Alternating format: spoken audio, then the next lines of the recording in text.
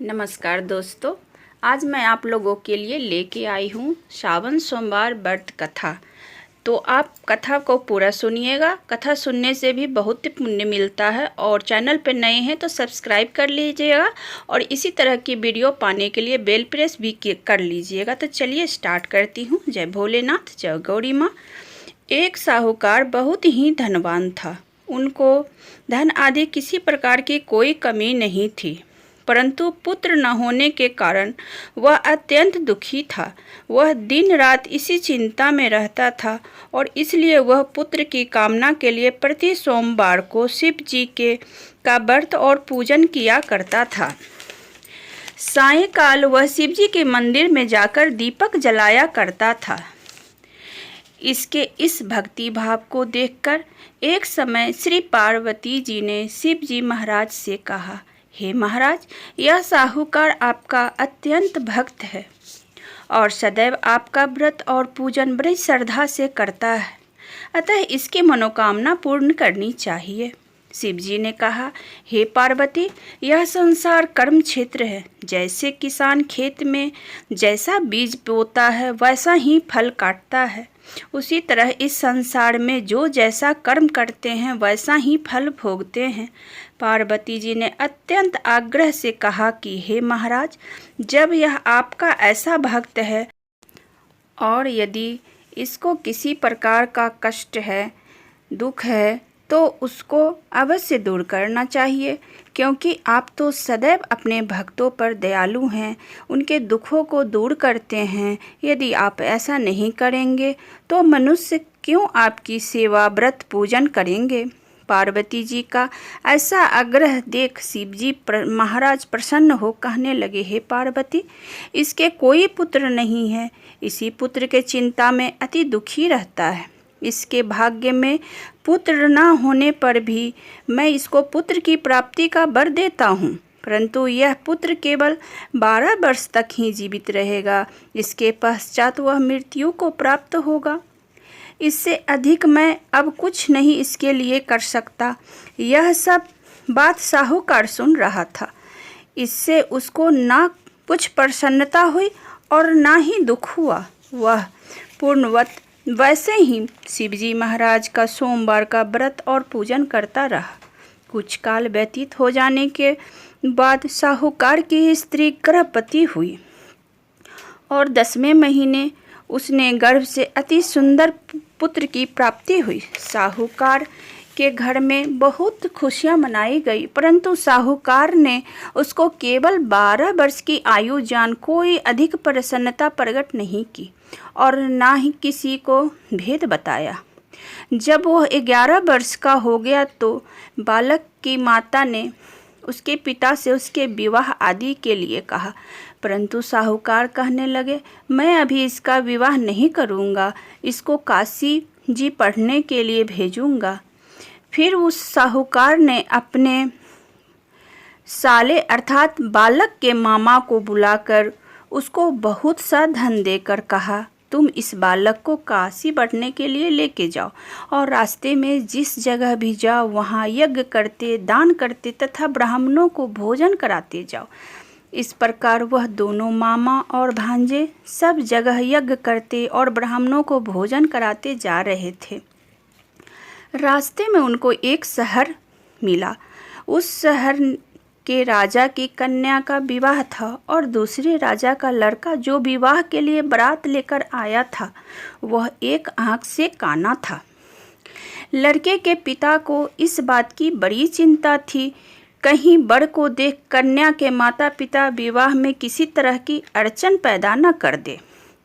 इस कारण जब उसने अति सुंदर सेठ के लड़के को देखा तो मन में विचार किया, क्यों न दरवाजा के समय इस लड़के से वर का काम ले लिया जाए।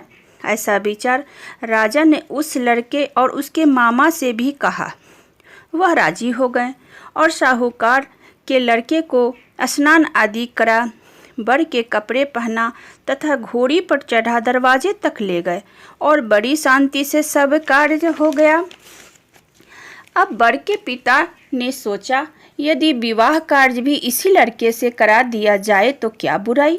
ऐसा विचार कर उसने लड़के के मामा से कहा, यदि आप फेरे पर कन्यादान का भी काम करा दे तो आपकी बड़ी कृपा होगी और हम इसके बदले में बहुत कुछ धन दे देंगे।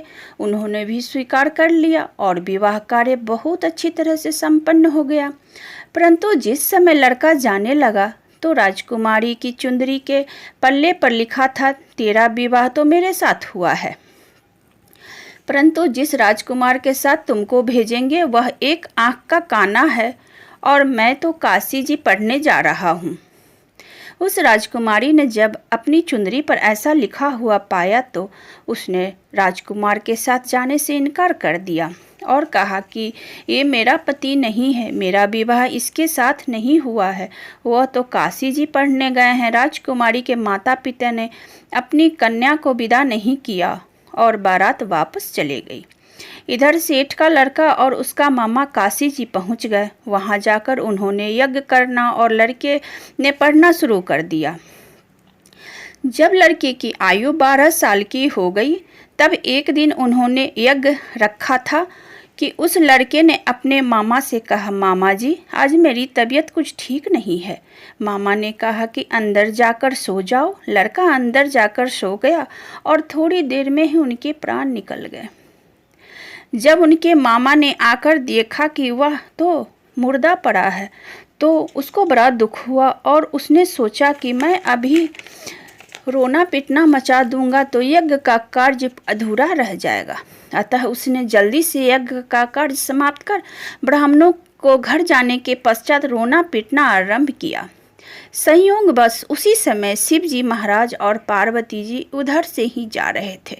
जब उन्होंने जोर जोर से रोने पीटने की आवाज़ सुनी तो पार्वती जी शिव जी की आग्रह करके उनके पास ले गई और सुंदर लड़के को मरा हुआ देखकर कहने लगी, महाराज यह तो उसी सेठ का लड़का है जो कि आपके वरदान से हुआ था। शिव जी ने पार्वती जी से कहा, इसकी आयु तो इतनी ही थी, सो भोग चुका। पार्वती जी ने कहा, महाराज कृपा करके इस बालक को और आयु दो, नहीं तो इसके माता पिता तरफ तरफ के मर जाएंगे। पार्वती जी की इस प्रकार बार बार आग्रह करने पर शिव जी ने उसको वरदान दिया और शिव जी महाराज की कृपा से लड़का जीवित हो गया। शिव जी महाराज पार्वती जी के साथ कैलाश चले गए।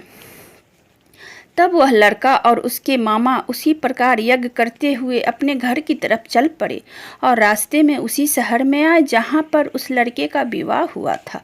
वहाँ पर आकर जब उन्होंने यज्ञ आरंभ किया तो उस लड़के के ससुर ने उसको पहचान लिया और अपने महल में लाकर बहुत बड़ी खातिरदारी की, साथ ही बहुत सारे धन और दासियों के साथ बड़े आदर और सत्कार के साथ अपनी लड़की और जमाई को विदा किया।